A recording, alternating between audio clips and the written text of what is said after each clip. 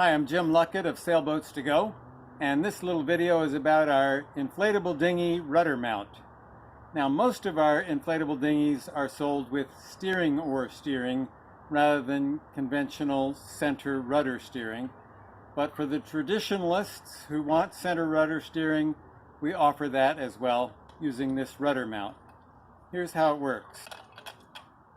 This is the rudder mount itself without the pin. It bolts to the motor mount fittings on the back of the boat.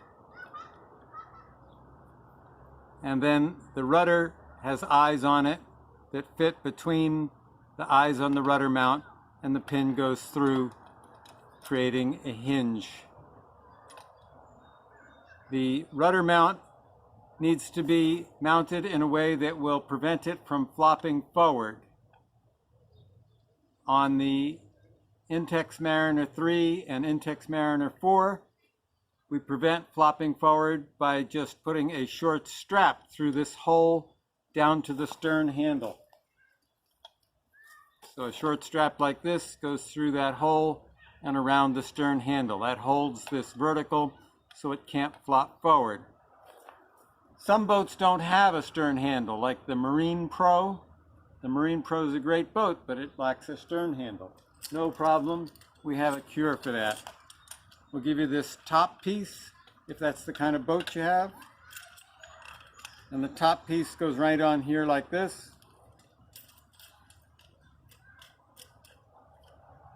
Just clamps to that post in the middle, sticking up.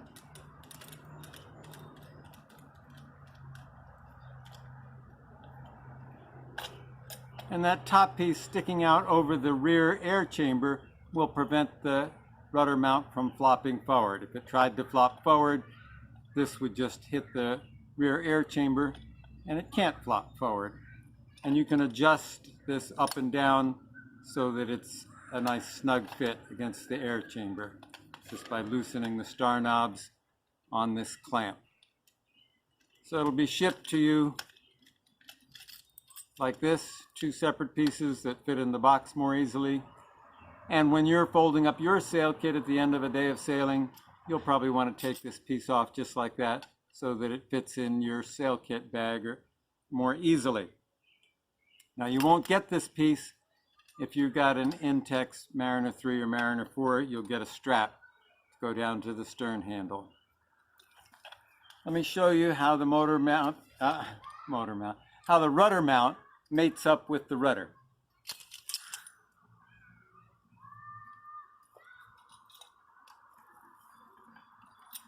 I've got a rudder here minus the blade. I'm not including the blade in the video just to make it simpler for handling. So you see the three eyes on the rudder head. 1, 2, 3. Okay, the lower two eyes go between the eyes of the rudder mount. And that top eye sits up there all by itself, and the rudder pin goes through that first. So now I'm going to put the rudder pin in. Okay, now it's all pinned together. And you can see the order of the eyes. First we have that top one all by itself. Then we have the top eye of the rudder mount. Next we have the middle eye of the rudder. And then we have the bottom eye of the rudder, and then the bottom eye of the rudder mount. So just remember that those two lower eyes of the rudder go between the eyes of the rudder mount. You wouldn't want them alternating. That would not work.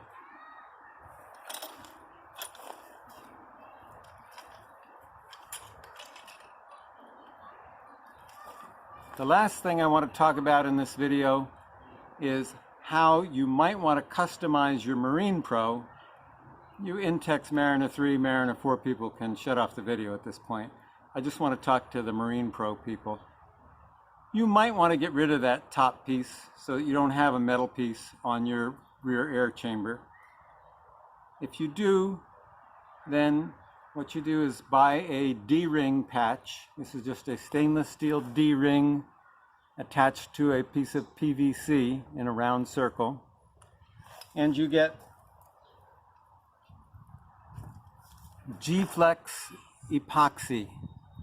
G-Flex epoxy comes in a two-part system like this. Both the D-ring and the G-Flex epoxy are available on Amazon, and they're not terribly expensive.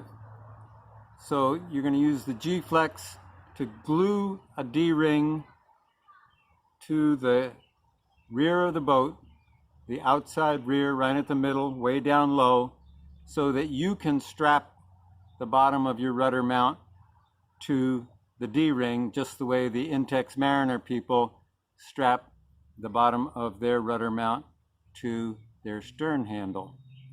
You don't have a stern handle, so you're going to put on a D-ring to take its place.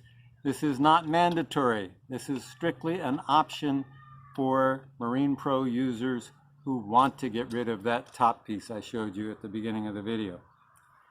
Here's how you glue it on. This is going to be detailed, and it might sound intimidating, but it's really not all that hard. It's really pretty foolproof. You take the patch and you put it on the boat temporarily right where it should go, and you trace around it with a ballpoint pen so that you can see where the glue is going to go on your boat. Then you take some 80 grit sandpaper and you lightly sand the patch, and you lightly sand inside that circle that you drew on your boat. Right? You're going to trace around this on your boat with a ballpoint pen. Sand inside that circle.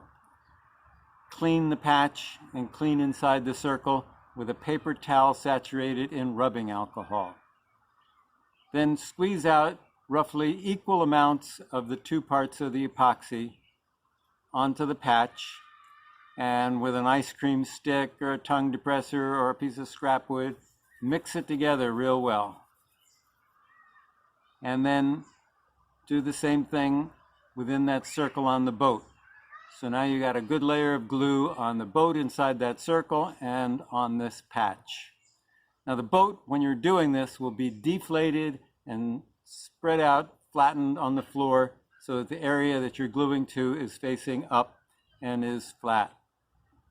Once you got the glue spread, you put the two pieces together. You put this on the boat inside the circle, obviously, and then you put some weights on it to hold this down while the glue cures. It's going to take a few hours for the glue to set up, and you need to maintain full contact between the patch and the boat while the glue is setting up. You should put it together, go away for half an hour, come back, make sure that it hasn't curled up. If it has, rub it down again, go away for another 15 minutes, come back, check it again, push it down, adjust your weights, make sure you got full contact, and watch it for the next half an hour, 15-20 minutes anyway, because it's that first 45 minutes to an hour that's really critical. And if you could come back more often during the rest of the curing process and make sure it hasn't curled up and that your weights are working, that would be great. And then once this epoxy bonds, it's really, really strong, and it's not dependent very much on temperature and humidity conditions when you're doing it. It's not super critical that you get exactly equal parts mixed together, just eyeball it. The one part of this that's a little bit tricky is getting good full contact between the patch and the boat when the glue is wet, and maintaining that contact during the curing process. So think about your weights and put some thought into that and some practice into that before you open the glue tubes and start doing it for real.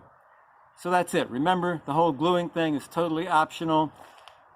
The top piece works perfectly well for preventing the flop forward issue that I talked about, and you could just use your boat for years that way, and most people will do it exactly that way. Thanks for watching. sailboatstogo.com. Questions, email me, jim@sailboatstogo.com. Call me, 1-888 Joy Sail, S-A-I-L, and happy sailing. Bye.